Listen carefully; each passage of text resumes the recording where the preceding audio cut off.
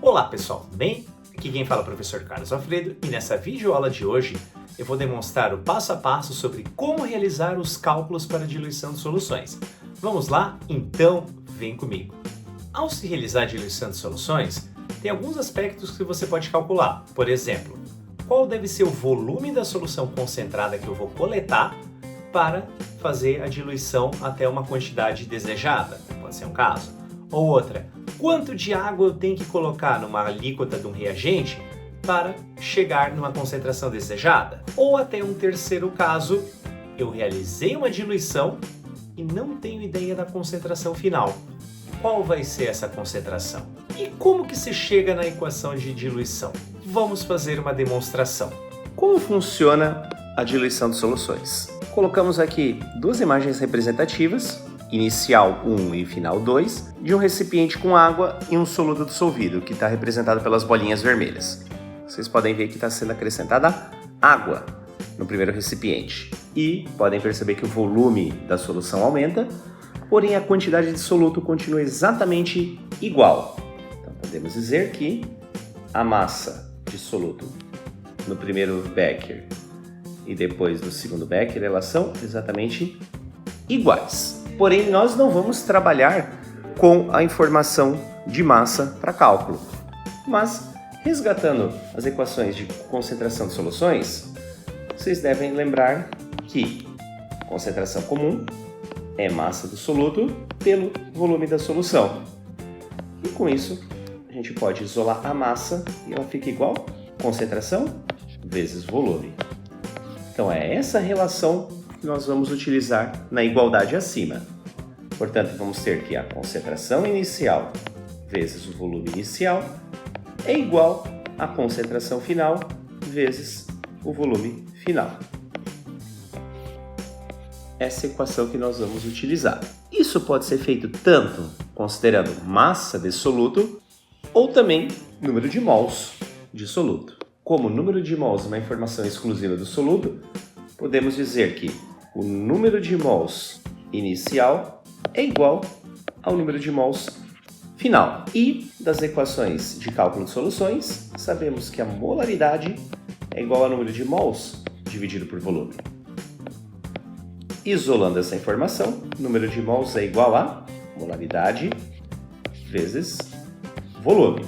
Portanto, a equação de diluição, considerando o número de mols ao invés de massa do soluto, vai ficar molaridade 1 vezes volume 1 é igual a molaridade 2 vezes volume 2.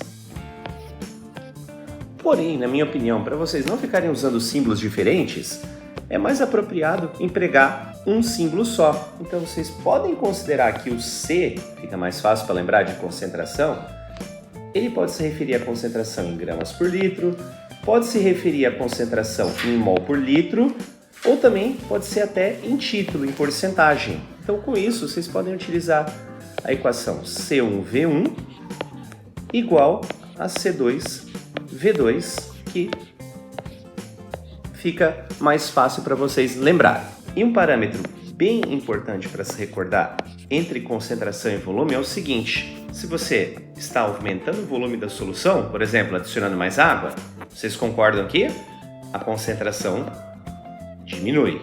E se você pegar alguma solução e colocar para secar, para ferver, vai diminuir o volume dela, mas ela vai ficar mais concentrada.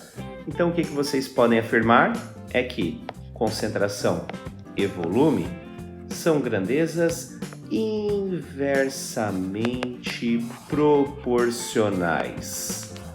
Ou seja, quando uma aumenta, a outra diminui na mesma proporção. Tá certo? Então agora vamos ver exemplos de cálculos para vocês verem como essa equação é empregada. Nesse exemplo, considerando que 150 ml de glicose, cuja concentração é de 270 gramas por litro, foram diluídas para 450 ml de solução, qual é o valor da concentração final? Portanto, vamos primeiro colocar os dados. Concentração inicial 270 gramas por litro e a concentração final é a incógnita da questão. Volume inicial 150 ml, volume final 450 ml. Primeiramente, vamos resolver pelo método da equação. C1V1 igual C2V2. Substituindo os dados, vamos ter 270 vezes 150 igual a C2 vezes 450. O 450 que multiplica passa dividindo. Portanto, fica 270 vezes 150 dividido por 450. Isso vai totalizar 90 gramas por litro a resposta. Também é possível fazer pela proporção. Veja só como é que fica. A grandeza que eu tenho antes e depois é o volume. Então, vou colocar uma seta aqui. Veja que o volume passa de 150 para 450. Então, está sendo multiplicado. 150 vezes quanto dá 450? Isso dá 3. 150 multiplicado por 3 vai dar 450.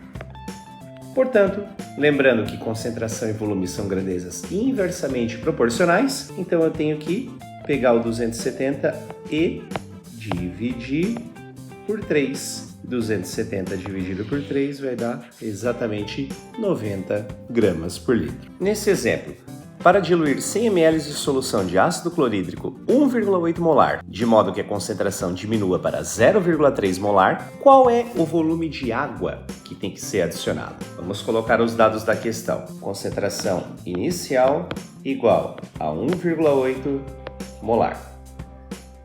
A concentração final vai ser de 0,3 molar. O volume inicial é de 100 ml. Eu não sei o volume final, mas a pergunta pede o volume de água que é adicionado.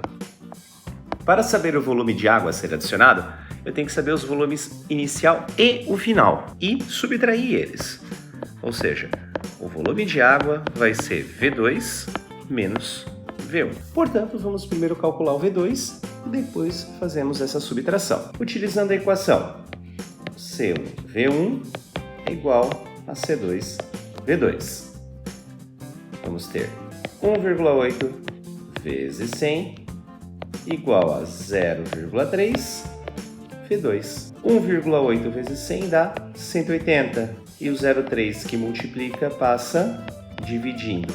Assim, vamos calcular o V2. Esse resultado fecha 600 ml.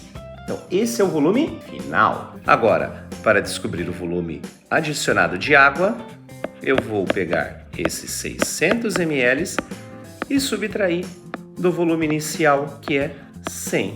Portanto, vamos ter como volume adicionado de água 500 ml, que é a resposta dessa questão. Esse volume final, que é parte do cálculo, nós podemos também fazer pelo método da proporção. Veja como é que fica. A concentração, eu sei a parte inicial e a parte final. Já o volume, eu vou descobrir. A concentração passa de 1,8 para 0,3. 1,8 para 0,3, estou fazendo uma operação de divisão. 1,8 dividido por quanto dá 0,3? Nesse caso vai ser por 6. Como concentração e volume são grandezas inversamente proporcionais, eu tenho que pegar o volume inicial e multiplicar por 6. 100 vezes 6 é igual a 600 ml. E depois, subtraindo do volume inicial, vamos chegar que o volume de água é de 500 ml. Para se preparar 100 ml de cloreto de potássio 3 molar, partindo de uma solução mãe de concentração 15 molar, qual deve ser o volume a ser pipetado? Vamos inserir os dados. Concentração inicial igual a 15 molar, concentração final igual a 3 molar. Eu quero que o volume final da solução seja de 100 ml. Então, qual tem que ser o volume que eu vou tirar da solução concentrada para fazer essa solução diluída? Vamos fazer os cálculos. C1V1 igual C2V2. No lugar do C1, 15. V1 vamos calcular.